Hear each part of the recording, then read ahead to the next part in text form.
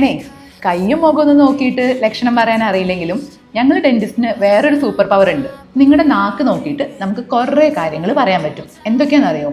ആദ്യം ഒരു normal healthy tongue എങ്ങനെയുണ്ടാവുക നോക്കാം.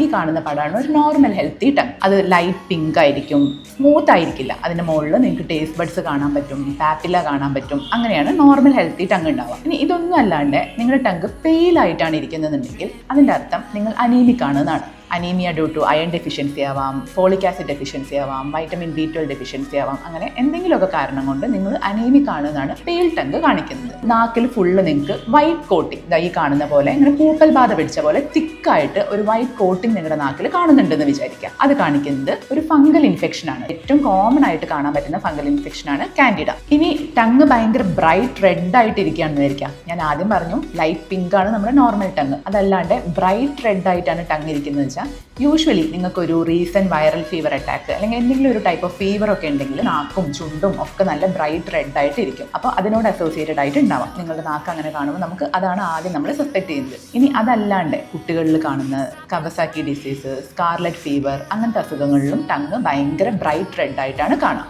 ഇനി ടങ് ബ്ലൂയിഷ് അല്ലെങ്കിൽ പേർപ്പിളിഷ് പോലത്തെ ടങ്, അത് ഒട്ടും നോർമൽ അല്ല.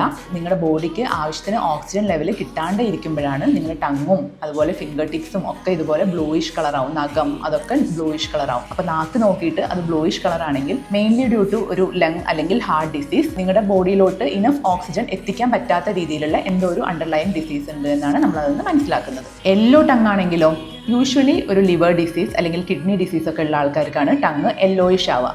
അതല്ല ഒരു ക്രോണിക് ആൽക്കഹോളിക്, ക്രോണിക് സ്മോക്കിംഗ് ഒക്കെ ചെയ്യുന്ന ആൾക്കാരുടെയും ടങ് യൂഷ്വലി നമ്മളിങ്ങനെ യെല്ലോയിഷ് ആയിട്ട് കാണാറുണ്ട്.